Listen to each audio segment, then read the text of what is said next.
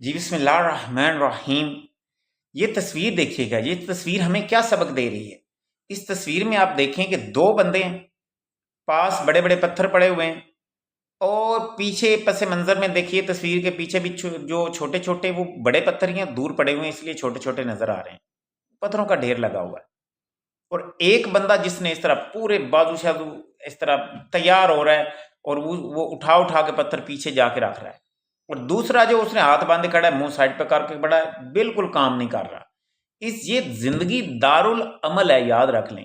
اگر آپ عمل سے کنارہ کش ہوں گے، بیکار اور نکارہ ترین انسان ہیں آپ اس دھرتی پہ بوجھ ہیں، آپ اناج کا کباڑا ہیں بس کر رہے اس دھرتی پہ رہ کے، کوئی آپ کا یعنی ایک جانوروں کی زندگی ہے۔ پروڈکٹیو کام کریں، پوزیٹیو کام کریں، یہ انسانیت کا منصبی، یہ آپ کی ذمہ داری میں شامل ہے۔ ذمہ داری سے بھاگنے والے انسان بیکار، بالکل ان کی زندگی میں بے رنگ ہے، یاد رکھ لیں۔ تھوڑا سا کام کرنا پڑے موٹیویٹڈ نہیں ہوں گے، انہیں تو لائک دس محاورہ ہے، موت پڑ جاتی ہے، تھوڑا سا کام ہی کرنا۔ کام کریں، مزید اپنے آپ کو ایکٹیو رکھیں اور خوشی سے کام کریں۔ اگلی بات یہ ہے، انسان زندگی دارالعمل، عمل ہی تو زندگی ہے، تغیر، تبدیلی، عمل، آگے بڑھنا پہلے سے۔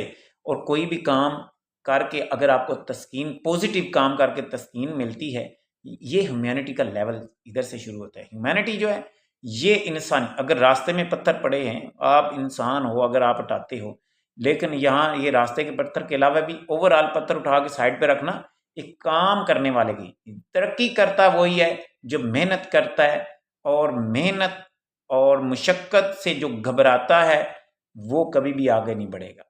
راستے میں مشکلات تو آئیں گے، آپ منزل ہی چھوڑ دیں گے۔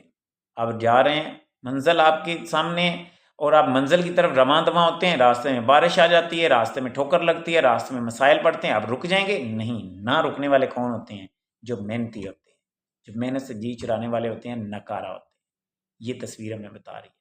اللہ تعالیٰ ہمیں سب کو محنت کرنے کی توفیق عطا فرمائے۔ Wish you best of look.